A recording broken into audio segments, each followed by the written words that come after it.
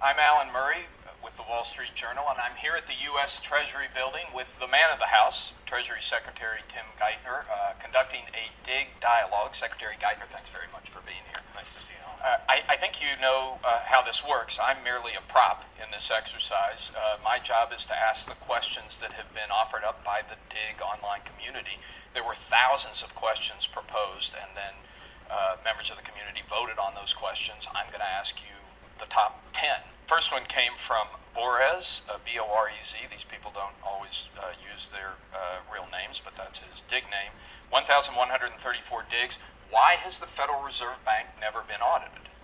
You know, the Fed actually is subject to very comprehensive oversight by the Congress, by a series of external auditors, and it does play this very important role in the system, and that requires that Congress have the ability to do a very careful review of how it conducts its operations. But very important, as I'm sure people understand, that you want to keep politics out of monetary policy. And there are good reasons for that. You know, we went through centuries of financial crisis in the United States, at least two, before the Fed was established.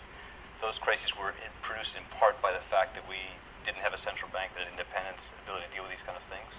And you need to keep those kind of things away from political influence that can compromise the effectiveness of policy. But as this shows, there clearly is a group of people out there that feels very passionately about this. The third question on the list was 712 digs, was from Motobike Man, who said, what is your position on Ron Paul's House Resolution 1207, which, as I understand it, calls for a comprehensive audit of the Fed? Why does this persist if, as you say, the Fed is already fully audited? Well, the Fed is dramatically more transparent than it was. It is subject to very comprehensive oversight and audits. But there are certain things about what the Fed does that, again, you need to make sure that you preserve as independent political influence. And that line is in a line that we don't want to cross. And I think that even the sponsor of that bill recognizes how important it is to us to have the Fed independent of politics. And I'm sure many of the people concerned about the Fed's role in the system will understand that it would be problematic for the country if you let politicians come in and shape conduct of monetary policy in the country. You don't want to cross the line, but does this kind of concern indicate that maybe the line needs to be moved, that maybe the Fed needs to be more transparent than it's been in the past? Yeah, I do. I think it's very important, and I think this chairman has gone a long way to open up the workings of the Fed so that people can assess them. And remember, what the Fed does every day, people can see, and they make their judgment about whether they're having the right impact in terms of making sure we're sustaining growth with low inflation.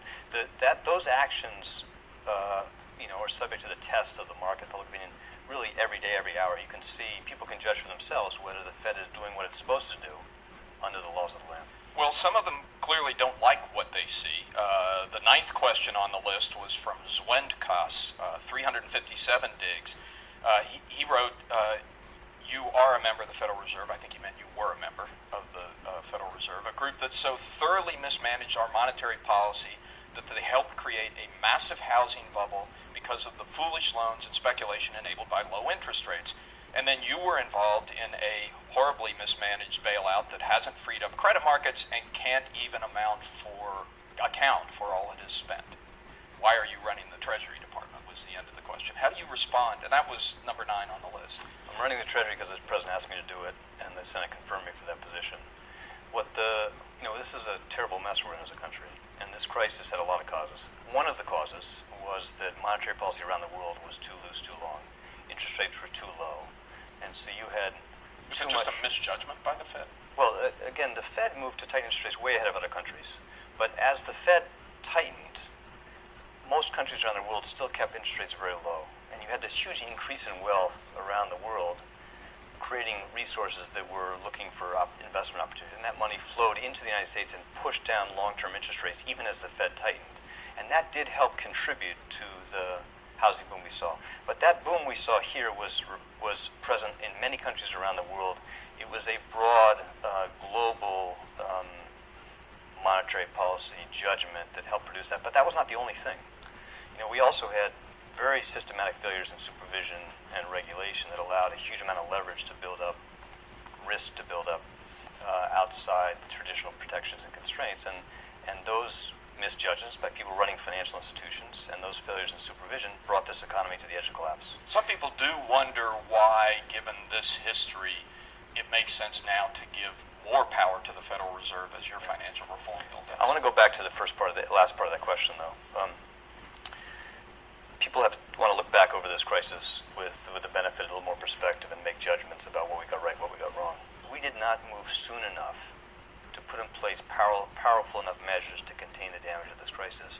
We waited too long. We came into the crisis without adequate tools, not just to prevent crises, to prevent this kind of buildup and leverage excess risk-taking we saw, but to contain the damage of failure when it happened. Those were tragic mistakes. That's what made this crisis so much more damaging than it should have been, and that's why it's so important that we pass regulatory reform, financial reform, that gives us better powers to prevent crises and to manage them better. And that will require changing a lot of things. Another question, or another institution that's very much on the mind of the DIG community is Goldman Sachs. Larry JR 88 asked, this is the second question with 728 digs. He asks, Goldman Sachs is a large profit-seeking company which you are a part of. Isn't it a conflict of interest to funnel tax dollars into this private company using your new position as Secretary of the Treasury, keeping in mind that you and your old buddies benefit monetarily? Maybe I'm mistaken, but isn't this a textbook example of political corruption? Were you ever employed by Goldman Sachs? I have never worked for Goldman Sachs. In fact, I've spent almost my entire professional life since I left school working in the public sector as a public servant. Do you own any stock in Goldman Sachs? I don't. Have you ever done any work for Goldman Sachs? Been paid for Goldman Sachs anymore? So where does this? It's like the thing about our age. These things get some salience and currency. It's kind of crazy, but it does demonstrate a really important thing, which is it is very important that people understand that the people that hold these jobs, people that work in these positions, need to be held to the highest standards of integrity, and we would never, ever have people in these jobs who would do anything for the benefit of an individual company or individual firm, and that is a very important obligation that all of us have. But that's a serious question that lies behind this. There's another question here. It's the fifth question from Key THB with 579 digs. It says, how do you feel about the revolving door between high job positions in the Treasury Department and Goldman Sachs? You worked for Bob Rubin, who ran Goldman Sachs before he was Treasury Secretary. I worked for him as a civil servant at the Treasury. But while he was Treasury Secretary. And while he was Treasury Secretary, not at Goldman Sachs. Not at Goldman Sachs, right. Hank Paulson was your predecessor as Secretary of the Treasury. He ran Goldman Sachs. Steve Friedman, who was co-head of Goldman Sachs, was the chairman of your board. At my request. At your request at the New York Federal Reserve Board. I think you have some Goldman staff. Your chief of staff was a lobbyist for Goldman Sachs. Clearly, this makes some people nervous. Let me just say, these are deeply honorable men, great public statesmen, willing to come serve their country in very challenging times, and did exceptionally good things for the country. It's very important to recognize that. We're in a position where this government was forced to do exceptional things to save the economy from the brink of catastrophe. And the people of this country need to make sure we have people in these jobs here with experience in markets, so that as we negotiate with these firms to protect the taxpayer, make sure we're getting our money back, that we have people that understand these markets, can actually understand them. So we will always be, as the Treasury has always done, we will always be looking to people with experience in the financial community, in business community, come in these jobs, because that is important for the American people. And just one important fact, we're making some progress even already in walking back some of the broad investments the government had to make in the industry, and we're doing a relatively good job at earning a good return for the taxpayer. Just to give you one example, the average return we've had on the $80 billion of capital of investments the government made that we've now had repaid, the average return for us is roughly 16% an annual rate. Can you talk about the Goldman Sachs investment? Higher than that. Higher than 16. I think the Goldman thing is in the mid-20s. But the important thing is that you need to have people in these jobs. These are complicated, difficult in any times. They're exceptionally difficult, complicated in a crisis like this. And the American people need to have people here who understand and can negotiate effectively, can be on the other side of things to make sure we're protecting the financial interest of the American people. Okay, but key period last September, September 15th, Lehman Brothers is allowed to fail. Lehman, a major competitor of Goldman Sachs. Next day, AIG is bailed out by the government. AIG was on the other side of numerous... Check back report 2.